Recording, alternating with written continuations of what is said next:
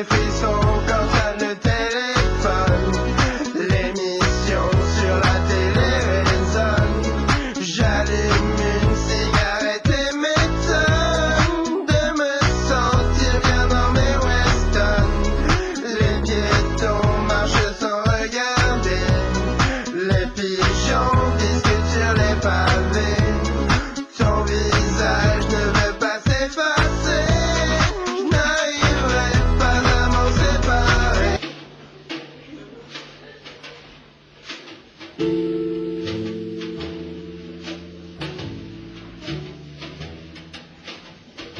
Pendant que je cuisine, j'écoute My Favorite Things in John Coltrane. Un conseil pour une meilleure écoute. Barricadez portes et fenêtres.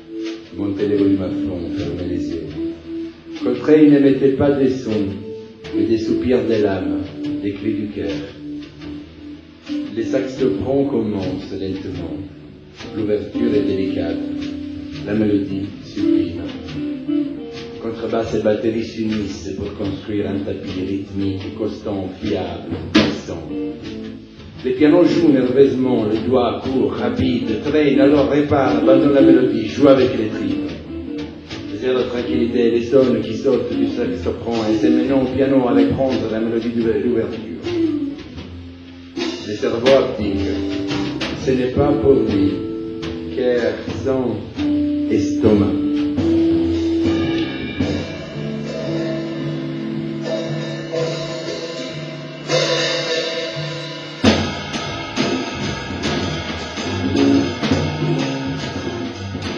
J'ai écrit un livre, c'est un livre italien qui s'appelle Food Sound System.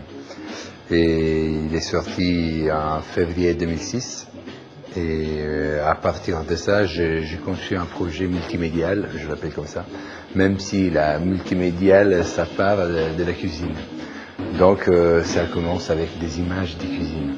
Le jeu, c'est théoriquement très simple, dans le sens que j'ai décidé, à travers la narration, donc à travers la poésie, de mélanger mes connaissances musicales, vu que je suis un DJ depuis une bonne dizaine d'années, avec mon histoire personnelle qui est de quelqu'un du sud d'Italie, donc liée à la tradition familiale des grands repas sur les tables avec plein de monde, et où on faisait la fête, il y avait des musiciens tout le temps. Et voilà, donc quand j'ai commencé à vivre dans une grande ville, j'ai commencé à sentir que les gens ils perdaient cette culture de l'accueil, de la grande bouffe, et aussi de la convivialité tout simplement. Et pour le faire, j'ai utilisé ma connaissance personnelle, que c'est la musique, donc le jazz, le funk, le punk. Et voilà, donc les mélanges, c'est un mélange entre une culture ancienne, que c'est la culture de ma cuisine, de la cuisine de ma famille et de mon lieu, avec des évocations musicales qui vont un peu partout dans le monde, entre John Coltrane, Bob Marley, les Clash, Pharoah Sanders. À la Mandragola Don Bass avait des fiers complices pour construire des possibles imaginaires entre artistes de tous bords et tout monde, poètes, chanteurs et accordéonistes. Des énormes sound systems emplissaient la campagne des vibrations reggae. Et les punky reggae bars figuraient aube, petit-déj avec croissant et cappuccino. En mélangeant les Clash, Bob Marley et James Brown, avec à mon côté une rangée de pintes de bière, reçues et offertes, entre les mille sourires qu'il a l'air.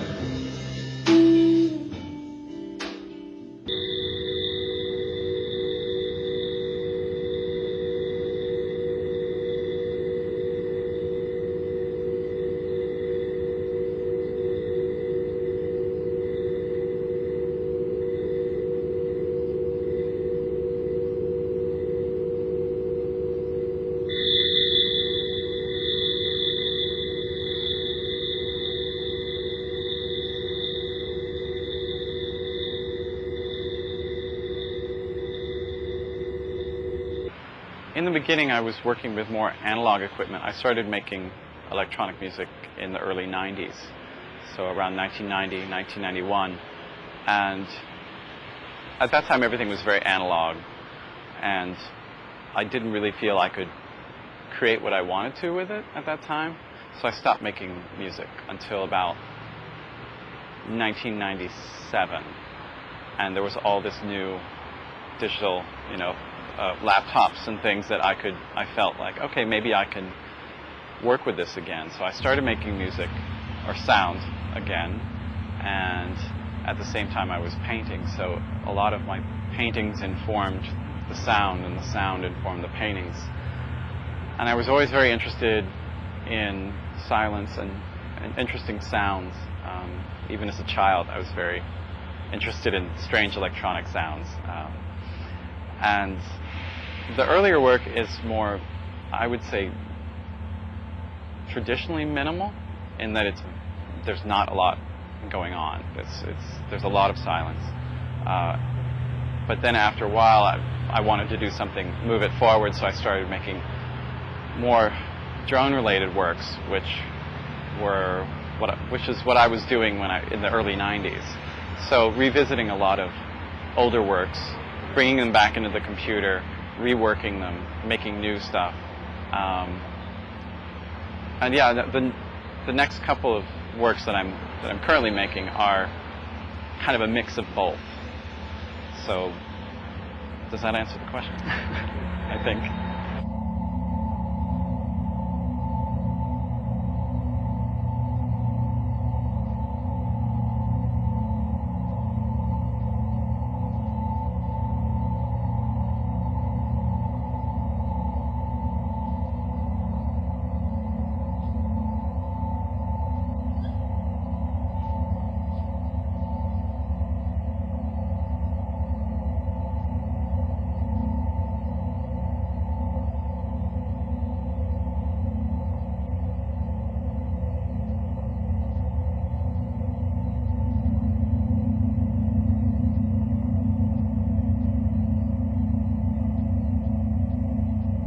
Il souffre, regardez-le. Il se tord. De son sang qui fuit, il va écrire un poème. À l'encre rouge, à l'encre de vie, il sèmera sa graine. Il souffre. Et de sa mort, quand regrette-t-il? Ne plus chanter, ne plus aimer, ne plus souffrir, ne te crier ce qu'il endure à pleine chair, c'est mourir deux fois. En respect, je crois aussi des auteurs, des livres, de la langue, et je commence un peu à me libérer de tout ça. C'est-à-dire que, en même temps, au moment où je lis, j'improvise aussi des choses. C'est-à-dire, je ne dis pas que ce qui est écrit sur le livre. Je dis autre chose parfois aussi, parce que ce qui me vient par rapport au livre, ça me vient parce qu'elle a écrit ça, et je dis autre chose aussi après. J'ajoute des choses. Voilà, j'improvise en fonction du moment. Qui me vient sur cette langue, d'où elle vient, etc. Quoi.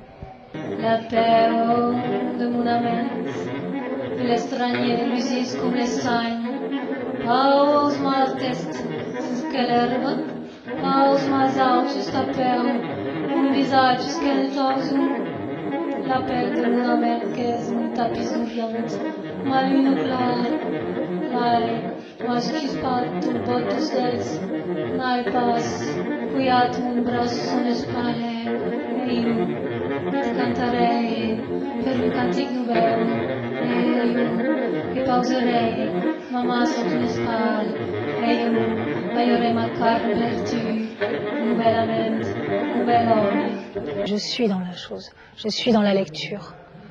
Et ce qui me vient, et évidemment, grâce à François, je peux aller plus loin. Parce qu'il fait... c'est un musicien qui cherche beaucoup, qui soutient, et en même temps qui ne fait pas de cadeaux. Donc ça me permet de progresser, et ça me permet d'aller loin, ça me permet de chercher, ça permet surtout de ne jamais m'effondrer, parce qu'il est super solide à côté de moi, et qu'il a l'intuition du texte, parce que ce texte-là, en fait, je l'avais lu comme ça, mais il ne le connaissait pas profondément et intimement. Donc ça veut dire que si on n'était pas sur cette merveilleuse écoute, et je pense que c'en est vraiment une très belle, et ben on n'arriverait pas à faire ça. Et parce qu'on est branché vraiment l'un sur l'autre, quoi, sur la musique et sur les mots. On est sur cette même musique, quoi. Et moi, je suis pas forcément une musicienne d'ailleurs, hein, mais je sais pas comment dire, c'est cette langue qui me fait ça. Voilà, c'est cette langue. Elle vient de moi, elle vient de loin, et pourtant je me la suis réappropriée, je suis pas née avec elle dans la bouche, mais elle est en moi, quoi. Parce que je porte, comme elle dit, Del Pastre, elle porte un pays, ben moi je porte mon pays, et vraiment. Et j'ai pas envie de le porter forcément avec les sabots et le béret, c'est ça que j'ai envie de dire aussi. Je le porte différemment, mais la façon dont je le porte, c'est une façon aussi qui est, je pense, poétique, belle et valable. Et c'est comme ça que la langue, elle va vivre aussi. C'est en l'explosant, en la faisant éructer, en disant qu'elle peut donner des sons rauques, elle peut donner des sons forts, elle peut donner des sons qui dérangent, qui font fuir les gens. Mais elle vit, cette langue, voilà. Après, je ne sais pas ce qu'elle deviendra, mais elle passe. Et je la garde, je la transmets, je la propage de cette façon-là.